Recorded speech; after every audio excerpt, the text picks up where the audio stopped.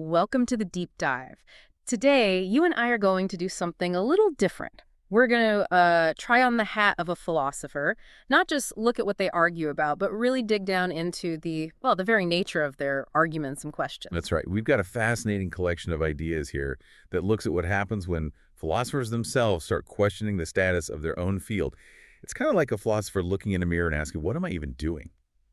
This area, often called metaphysics or meta-ontology, asks, what kind of questions are metaphysical questions in the first place? Okay, let's unpack this for you listening.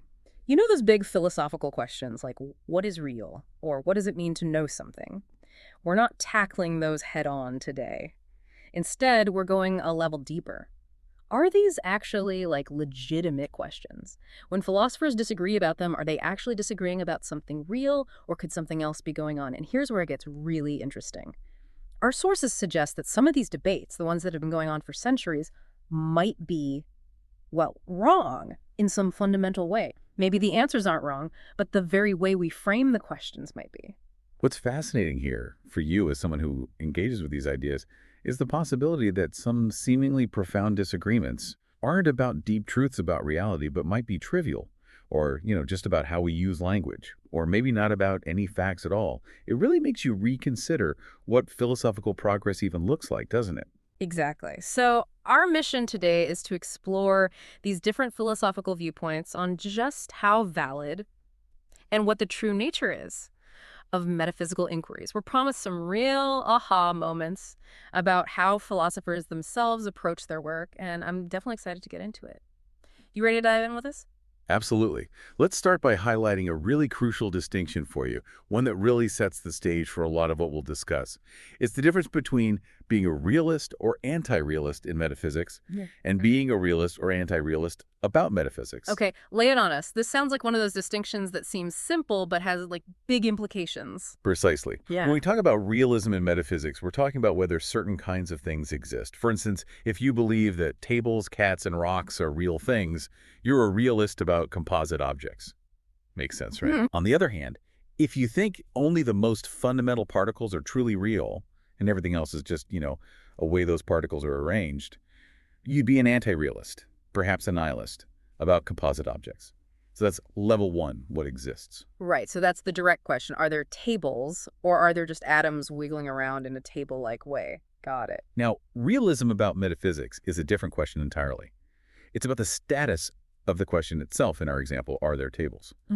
Someone who is a realist about the composite object question thinks it's a valid, meaningful question that has a real substantive answer about the nature of reality. They think there's a genuine fact of the matter to be discovered. And the anti-realist about the question, they Yes. think, what? That asking, are there tables, is somehow flawed or, I don't know, misguided. Exactly. An anti-realist about the composite object question might argue that the question of whether tables exist is trivial, or not really about facts, or that when philosophers debate it, they're just having an argument about words. And here's the kicker for you. You could be someone who totally believes that tables do exist, so you're a realist in metaphysics about tables. Right. But at the same time, you might be an anti-realist about the question, are there tables? You might think it's just an obviously true fact that our language and the world work in a way that we call certain arrangements of basic stuff tables. Whoa. So I could be passionately arguing that tables are real, maybe even slamming my fist on one for emphasis, but deep down I think the whole debate is kind of silly because it just comes down to how we use the word table. That's a real head scratcher. It is. And the composite object question, are there tables, cats, rocks, serves as a really helpful example for you to keep in mind as we explore these different ways of thinking about philosophical questions themselves. You can strongly believe in the reality of tables while simultaneously thinking the question of their existence, philosophically speaking, isn't a serious metaphysical issue. Okay, I think I'm starting to get the lay of the land. So now let's dive into the specifics of these anti-realist views about metaphysics. Our sources highlight a few main ideas here. First up, trivialism. What's the call of that view? Trivialism in this context is the idea that a metaphysical question does have an answer, but that answer is so obvious, so utterly trivial that it's hardly worth debating. Think of it like saying all bachelors are unmarried. It's true, but it doesn't tell you anything deep about the world. It's more about the meaning of the word bachelor. Right. In the same way, a trivialist about a metaphysical question thinks the answer is just a semantic fact or maybe a very basic, easily observable empirical fact. Give us a concrete example to really solidify this for us. Okay, let's go back to our table example. Trivialist tableism would say that the statement, "there exist tables," is trivially true. Why? Because according to this view, it really just means there are basic fundamental things arranged in a way that we call table-wise. And looking around, it seems pretty obvious, a basic empirical fact, that there are things arranged in ways we call tables. Okay, I see the trivial part. It's like saying there are unmarried men who have never been married. Technically correct, but not exactly a groundbreaking insight. But what about someone who denies even the existence of these fundamental things arranged table-wise, like those mereological monists who believe the entire universe is just one single indivisible thing? That's a sharp question. A trivialist might try to get around that by defining basic things arranged table-wise, in a way that even fits with mereological monism. They might argue that if monism is true, then the universe itself in its particular configuration counts as being arranged table-wise, in a very broad sense, of course, just to make the underlying claim trivially true by definition. However, for you to really grasp this, remember that the controversial part of trivialism isn't usually about the existence of these most basic building blocks or these stretched definitions. It's the semantic claim that our everyday word table already inherently refers to these arrangements, whatever they might ultimately be. So the real disagreement isn't about whether the physical stuff is there, but whether our label table accurately and trivially applies to it. Precisely. Now, our sources highlight several philosophers who have put forward trivialist views on various metaphysical questions. Carnap, way back in 1950, argued that the existence of abstract objects, like numbers, is analytically true within the system of language we use to talk about numbers. It's trivial because the very way we talk about numbers already assumes they exist. So for you, saying numbers exist is like saying the game of chess has rules. It's true because it's built into the very framework. That's the essence of his argument, yes. Then we have Thomason, who has applied this trivialist lens to a wide range of things.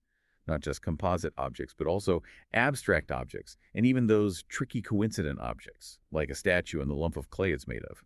The core idea is that the conditions for correctly using words like table or number are trivially met in many cases. Interesting. So for her, if there's a collection of atoms arranged in a table-like way, then that already and obviously satisfies what we mean by table, and the question of its existence is therefore trivial. Exactly.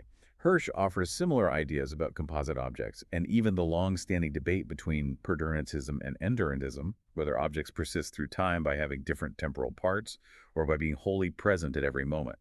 He suggests these debates are largely just about how we use language, and that ordinary English already trivially favors the existence of composite objects and the idea of endurantism. Okay, so Hirsch thinks philosophers engaged in these heated debates are actually in quiet agreement about the fundamental facts, but they're just using different philosophical jargon to describe them, leading to the illusion of disagreement. That's quite a claim. That's the core of his position. Rayo takes a similar approach, arguing that a statement like, "the number of witches is 0, really says the exact same thing as "there are no witches," which makes the existence of the number 0 a trivial consequence of the absence of witches. Huh. And by the same token, "there are tables" is just another way of saying there are some things arranged table-wise. It's like he's suggesting that all the heavy ontological baggage we associate with these questions is just unnecessary linguistic fluff. Precisely. The source also points you towards a number of other philosophers, such as Schiffer on propositions, Hale and Wright on numbers, Van Fraassen on composite objects, Hofweber with a more nuanced version of trivialism, and potentially Unger and Warren on various topics, all suggesting, in their own ways, that certain metaphysical questions might have trivially true answers once we really understand the meaning of the words we're using. This is really making you think twice about all those intense philosophical discussions. Okay, so that's trivialism. What's the next flavor of this anti-realism about metaphysics? Mere verbalism. That sounds like those arguments where you eventually realize you've just been arguing about definitions the whole time. You've hit the nail on the head. Mere verbalism argues that debates about a metaphysical question aren't actually about real disagreements concerning facts about the world, but simply about the different ways people are using words. Our source uses Bennett's clever martini example for you. Jack and Jill argue about whether a vodka apple concoction is a martini, but they completely agree on the ingredients and the type of glass. Their argument only arises because they have different definitions of what martini means. So they're not actually disagreeing about the drink itself, just about what label to put on it. Exactly. The source gives a more precise definition of a merely verbal debate for you. It's a disagreement about a statement S, where the two people involved mean different things by S, and in each person's understanding, S is obviously true according to their meaning and obviously false according to the other person's meaning. The obviousness part is key here, right? Yeah, Yeah. because it's what separates these kinds of debates from situations where there might be genuine disagreement even when people interpret things differently. So if Jack thinks a martini obviously has gin in it, and Jill thinks it obviously just needs a V-shaped glass, their disagreement is merely verbal. But if they both agreed that a martini is vodka and vermouth in a V-shaped glass, and then disagreed about whether this specific drink has vermouth, that would be a real, factual disagreement. Precisely. Now you might think, well, hang on, we all speak English. Shouldn't we mean the same things? But the source introduces this idea of the language of person P, suggesting we should consider the way language is used within a community that's very similar to P. This allows for the possibility that different philosophers, despite using the same surface-level words, might be operating with slightly different underlying languages and implicit definitions. That makes a lot of sense. Philosophers often develop their own specialized vocabulary, and sometimes those subtle differences in meaning can lead to apparent disagreements that aren't really about the fundamental nature of reality. Exactly. So how does this relate to metaphysics? Mere verbalism about a metaphysical question argues that there's no nonverbal debate to be had. Any disagreement you see is really just about the meaning of terms or perhaps about which terms we should be using, which would be a conceptual engineering debate rather than a debate about mind-independent reality. Okay. This is definitely an anti-realist view because it implies there's no real factual disagreement at the core of these metaphysical issues. So, for a question like, do past objects still exist? A mere verbalist might say that those who say yes, eternalists, and those who say no, presentists, are just using the word exist or the tense of their sentences in fundamentally different ways. Exactly. The source mentions the idea of presentese and eternalese. In presentese, the statement, dinosaurs exist, is a present tense claim, which is obviously false. In eternalese, it's a tenseless claim, which is obviously true. A mere verbalist might argue that the entire debate boils down to these different ways of speaking. However, it's important for you to note that simply showing that different languages exist doesn't automatically make someone an anti-realist about the question itself. The anti-realism comes from the stronger claim that there is no underlying nonverbal disagreement. Okay, so it's not just about different ways of interpreting things, but about the claim that all the apparent disagreement is fundamentally about these linguistic differences.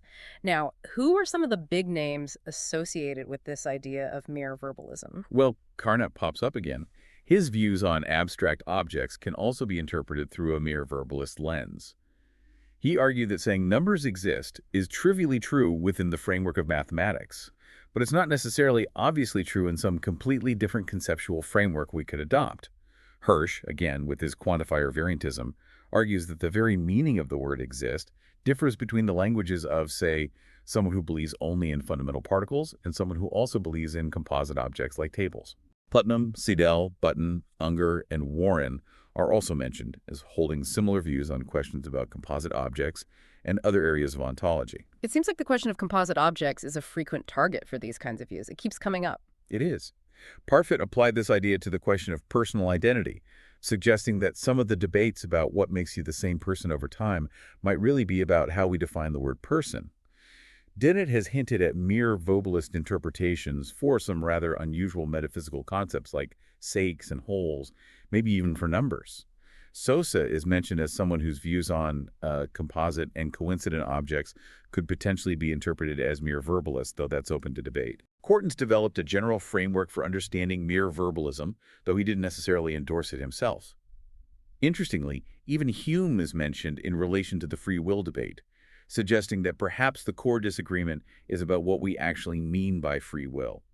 And then you have Chalmers and Balaguer discussing the incompatibilism debate about free will, with Balaguer later suggesting that questions of conceptual analysis themselves are really about meaning. Wow. Finally, Thomason and Bellery see many ontological disputes as fundamentally being about conceptual engineering or metalinguistic negotiations, essentially, about deciding how we should use our terms. Wow, that's a pretty extensive list of influential thinkers who, in one way or another, have suggested that at least some of our deepest philosophical debates might just be semantic misunderstandings. Yeah, It really makes you wonder how much time has been spent arguing past each other. it certainly does. Yeah. And it naturally leads us to the third type of local anti-realism about metaphysics that our sources highlight for you.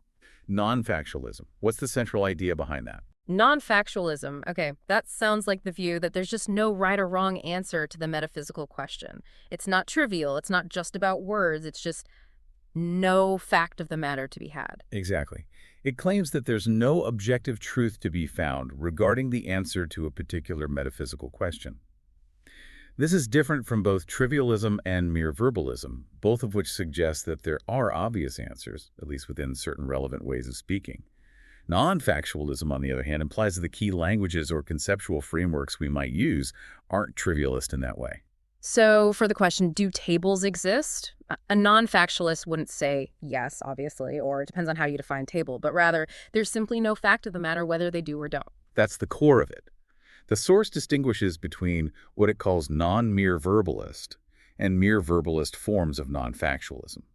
Non-mere verbalist non-factualism suggests that there's no fact of the matter because the very sentences we use in the relevant language are too imprecise or indeterminate to have a definite truth value.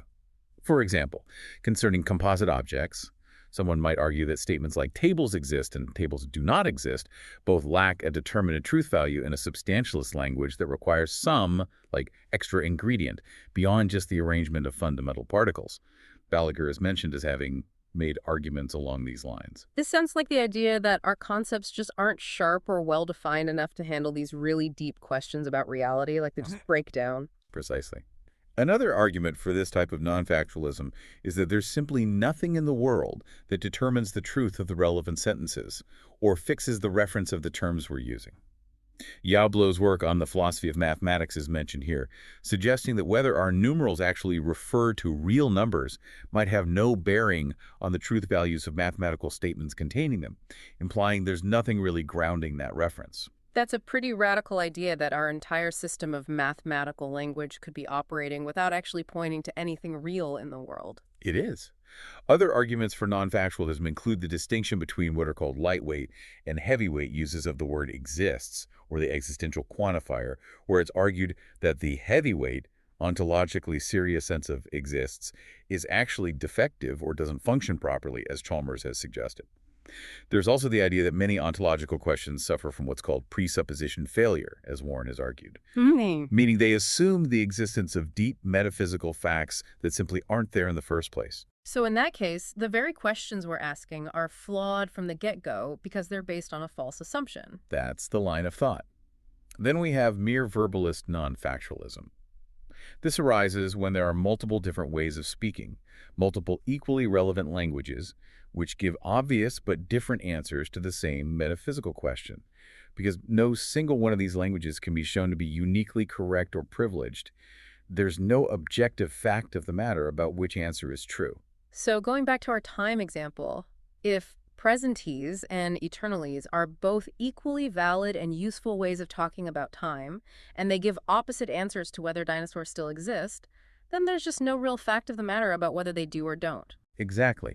The idea of these languages being equally relevant could stem from things like inherent indeterminacy in our ordinary language, or the fact that different philosophical languages might be equally coherent, or simply that there's no good reason to prefer one over the other. Many of the philosophers we mentioned earlier as potential mere verbalists, like Carnap, Putnam, Siddell, Button, and Parfit, could also be seen as leaning towards this form of non-factualism in certain areas of metaphysics. So it's like saying the disagreement isn't about reality itself, and since no particular way of talking about it is definitively better than the others, there's just no objective truth to be had. That's a good, concise summary for you. Now, of course, all of these anti-realist views about metaphysics haven't gone unchallenged.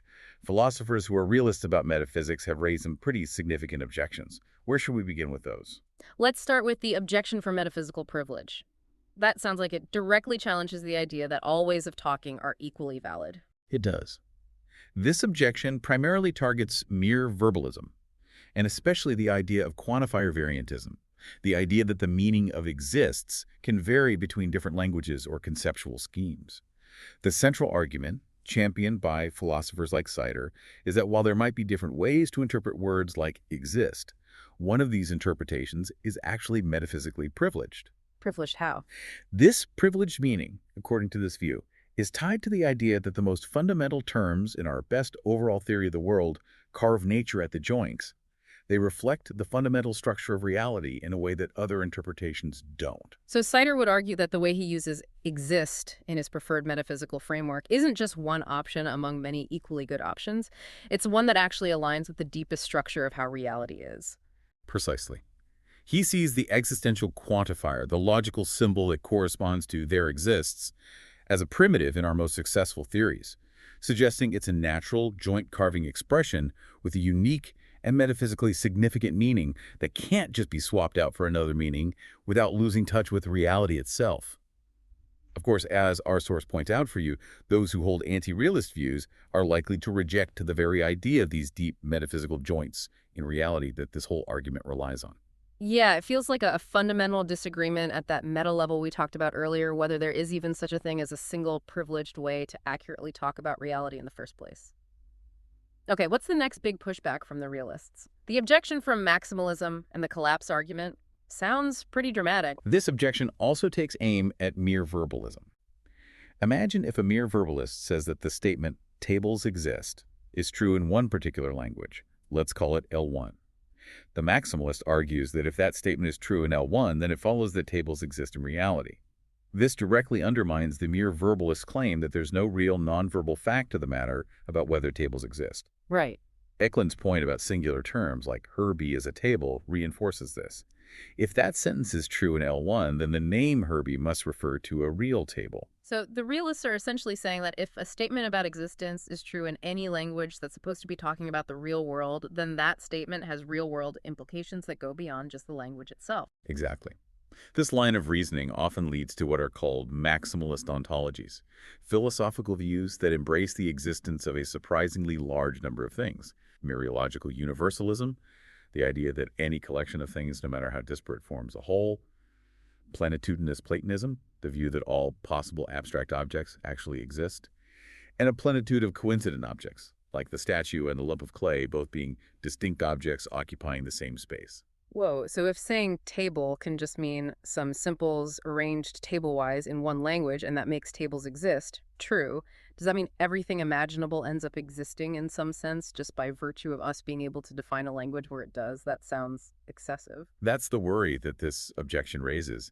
The mere verbalist might try to respond by saying that these existence claims in these maximalist languages are trivially true.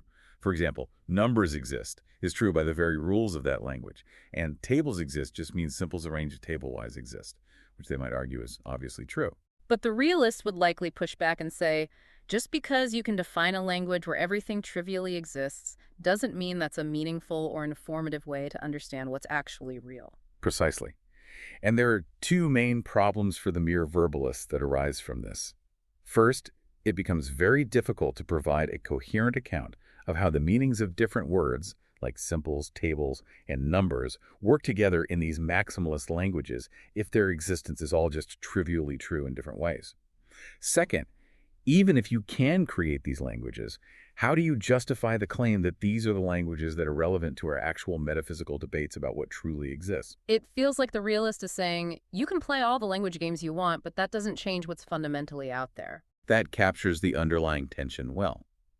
The source also mentions what's called the collapse argument against quantifier variance, which in essence argues that even if you admit that the meaning of exists can vary, the logical connections between different existence claims might ultimately force them all to be true or all be false, thus undermining the whole idea of genuine variation in meaning. It gets pretty technical. Okay, the realists are definitely not letting these mere verbalist ideas go unchallenged. What about the objection from analyticity? That sounds like it's directly attacking the trivial part of trivialism. It is. This objection, which can also be applied to mere verbalism in many cases, argues that trivialists seem committed to saying that certain sentences are analytic, meaning they're true just by definition. For example, a trivialist about tables might have to say that the sentence, if there are simples arranged table-wise, then there are tables, is analytic. And the objection is that this sentence doesn't seem analytic to most people. Why not?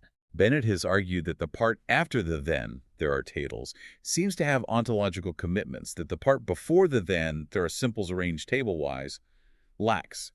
Specifically, we usually think of a table as being something numerically distinct from the atoms or particles that make it up. And crucially, you can't just define new objects into existence through language alone. Right. Just because I define a flump as a creature that eats lost socks doesn't suddenly mean my laundry room is full of flumps. It doesn't work like that. Exactly the point. Trivialists might try to argue that the first part and the second part of that sentence actually do say the same thing, so it is analytic in some sense. The source mentions Rayo's idea of saying the same thing as being perhaps looser than strict synonymy. But doesn't that create its own set of problems for you? If the phrase there are means something subtly different when you're talking about fundamental particles versus when you're talking about macroscopic objects like tables, doesn't that mess with how our language normally works? That's one of the main potential problems. The possible loss of what's called compositionality, where the meaning of a whole sentence is built up in a predictable way for the meanings of its individual parts. If key terms like there are subtly shift meaning, depending on the context, that process becomes much more complicated. Yeah. And again, the realist will likely ask, why should we accept your specially defined language, where these connections are analytic, as the one that truly captures the metaphysical reality we're trying to understand? The idea of the language that matters keeps coming up as a central point of contention. Hmm? What about the objection from substantialese? That sounds like an attempt to define a language where the metaphysical questions regain their significance. Precisely. This objection, which has been developed by philosophers like Balaguer, argues that even if anti-realists can come up with these trivialist languages, where the answers to metaphysical questions seem obvious, we can always define what are called substantialist languages, where the answers to those same questions are not obvious and require a more substantial form of metaphysical inquiry. For example, in substantialist composites, the statement, there are tables, wouldn't just automatically follow from the existence of arranged simples. It would require some extra metaphysical fact about composition to be true. Similarly, you could define substantialist temporalese for questions about time, or substantialist platonese for questions about abstract objects. So these are essentially languages that are intentionally designed to ask the hard, fundamental questions that metaphysicians are actually interested in. Questions that go beyond just the arrangement of basic stuff or the definitions of our words. Exactly. The argument here is that these substantialist languages are the ones that really matter for genuine metaphysical inquiry, because they allow us to grapple with the substantive, non-obvious questions that we're trying to answer, unlike the seemingly trivial and uninteresting questions that arise in trivialist languages. Balaguer even argues that even if our natural language as we currently use it is more like a trivialist language, or if metaphysicians have inadvertently fallen into speaking a trivialist language, the substantialist language is still the relevant one for asking the deep questions. It's like saying, sure, you can define table in a way that makes its existence a trivial consequence of having some atoms in a certain configuration, but that's not the profound question about the fundamental nature of reality that we were trying to ask all along. Exactly. The anti-realist might counter by saying that these substantialist languages are too vague or ill-defined to even have clear truth conditions. But the realist can then argue back that even if they are somewhat imprecise, they still manage to capture the core of the metaphysical questions in a way that trivialist languages don't. It seems like we've reached another fundamental disagreement this time about what kind of language is even appropriate for doing serious metaphysics. Now, the problem of the missing second language sounds like a very practical objection specifically aimed at mere verbalism. It is. This objection points out that for mere verbalism to really work as an explanation for a metaphysical debate, there needs to be a second language where the truth value of the metaphysical claim in question is the opposite of what it is in our language, and that truth value in the second language should also be obvious. But often, it's far from clear what that second language is supposed to be. Right. Let's take the example of composite objects again. A trivialist-leaning language might make tables exist trivially true if table just means arranged simples. But what's the corresponding language where tables exist is obviously false? The language of someone who believes only in fundamental particles, a nihilist about composite objects, perhaps? Bennett raises a key worry here. If the only way to make tables exist, false in this supposed second language is to define it as meaning something like there are fundamental particles arranged table-wise plus some additional ontologically distinct table entity, then why should that be trivially false? After all, someone who believes in the robust existence of tables would certainly deny that extra entity is required, but would still affirm the existence of tables. Ah. This leads to the suspicion that perhaps mere verbalists aren't just saying the debate is about words. They might actually be secretly endorsing a particular anti-realist view in metaphysics in this case. Nihilism about composite objects, rather than just claiming the question of their existence is merely verbal. So if the only way to make tables exist false in another so-called language is to sneak in the extra contentious premise that tables don't really exist as something over and above the simples, then the whole mere verbalist explanation starts to look a bit suspicious. That's the worry in a nutshell. Dorr has a similar argument concerning the predicate is a proper part of, Yeah. suggesting that it might be semantically defective in the language of ontology, and that analyzing this defect unmasks anti-realists as actually being nihilists in disguise. Wow. The general concern is that trivialists and mere verbalists might not just be offering a neutral account of metaphysical debates, they might be implicitly advocating for a specific anti-realist position about the substantive existence of the objects in question. It feels like the realists are trying to call the anti-realists bluff, saying, you're not just saying the debate is pointless, you actually have a hidden agenda about what doesn't exist. That's the implication. Finally, we have the problem of metaphysical equivalence.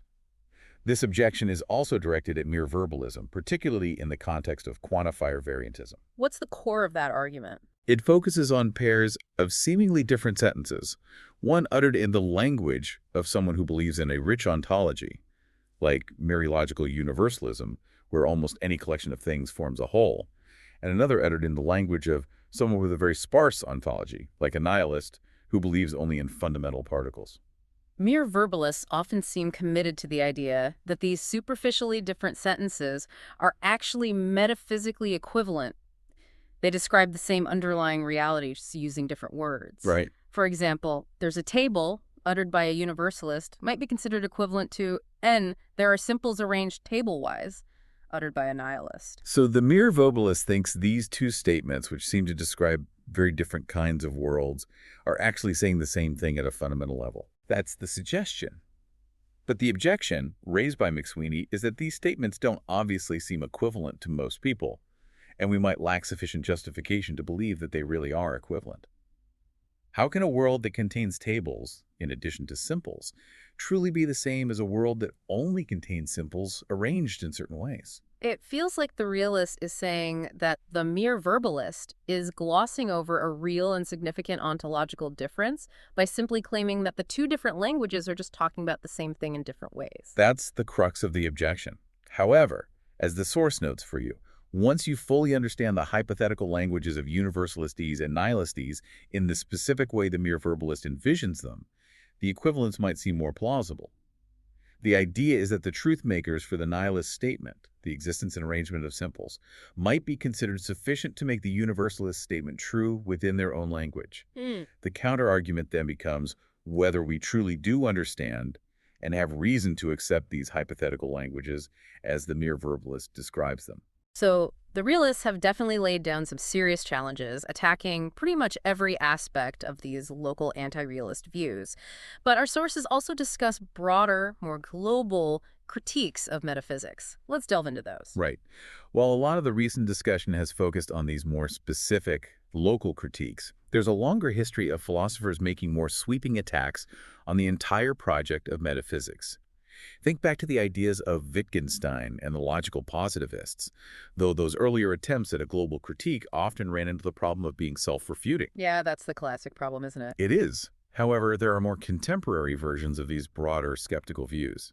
Like global anti-metaphysical scientism. What's the main idea there for us? This viewpoint basically argues that science provides all the genuine understanding of reality that we need, and that metaphysics shouldn't try to go beyond the methods and findings of scientific inquiry. Philosophers like Van Frossen, Maudlin, Ismail, and Ladyman and Ross are associated with this general idea. Ladyman and Ross in particular emphasize the idea that the primary legitimate goal of metaphysics is the unification of our best scientific theories. So if science doesn't ask a particular question or doesn't have an answer to it, then metaphysics shouldn't be concerned with it either. Is that the idea? That's the general thrust of it. Then we have the idea of general trivialism about ontological questions, which, as the name suggests, attempts to extend the more localized trivialist ideas we discussed earlier to a much wider range of existence questions. Thomason, for example, argues that many ontological questions are actually quite easily answerable through conceptual analysis or empirical investigation once we're clear on the meanings of the terms involved. Hofweber's framework, with his distinction between internal, not deeply existential, and external, existentially loaded uses of exists, suggests that many existence claims are either trivially true or false, depending on how we're using the word, or are ultimately matters for empirical science to decide. So for someone like Thomason, asking, do chairs exist, is really just a matter of checking if there are things around that fit our concept of a chair. And for Hofweber, it depends on whether we're asking in a casual, everyday sense or in a more strict philosophical sense. That captures the core of their views. It's important for you to note that even these more general forms of trivialism usually concede that some questions might still be conceptually or empirically very difficult to answer, and perhaps even that some metaphysical questions might not be trivial in their framework. So it's not a claim that every single metaphysical question is trivial. And it seems like some of the philosophers we identified as local trivialists and mere verbalists might also be sympathetic to these broader perspectives. What about this neo-positivism that Balaguer puts forward? That sounds like a pretty all-encompassing view. It is. Balaguer's neo-positivism argues that for any traditional metaphysical question you can think of, one of two things is likely to be true. Either non-mere verbalist non-factualism is the correct view, meaning the question lacks a determinate answer due to the imprecision of our language, or some form of local anti-metaphysical scientism applies, meaning the question is really an empirical one best addressed by science, or that there's been no real philosophical progress made on it. Wow. He argues that non-factualism is likely true for questions about things like composite objects and abstract objects, while a scientistic approach is more appropriate for things like conceptual analysis, free will, the mind-brain problem, and the existence of God. So for just about any of those big classic metaphysical head-scratchers, Balaguer has an argument for why it's either fundamentally meaningless or not really a distinctively philosophical problem in the traditional sense. That's the gist of his comprehensive view. Now, as we mentioned earlier, a common worry with any global anti-realist view is whether it ends up being self-refuting. Does the view itself undermine its own claims? The source points out that more recent global views, like Thomason's general trivialism and Balaguer's neo-positivism, have attempted to address this. They often argue that their claims are specifically about ontology, this study of being, not about ontological claims themselves, or that they can consistently apply their anti-metaphysical stance even to their own theories. So Thomason can argue that her view about ontological questions being trivial is not itself a substantial ontological claim. And Balaguer can say that his neo-positivism is just an empirical observation about how metaphysics actually functions. That's the general strategy they employ. Global anti-metaphysical scientism, however, might face a somewhat tougher challenge in avoiding this kind of self-refutation. How do you scientifically prove that any form of metaphysics that goes beyond science is invalid or meaningless? That claim itself seems to venture beyond the realm of purely scientific findings. That's a good point. It feels like that claim itself might be a bit, well, philosophical. And then there's the related, just more metaphysics worry. Even if these anti-metaphysical views manage to avoid direct self-refutation, are they just sneaking in more metaphysics under the radar?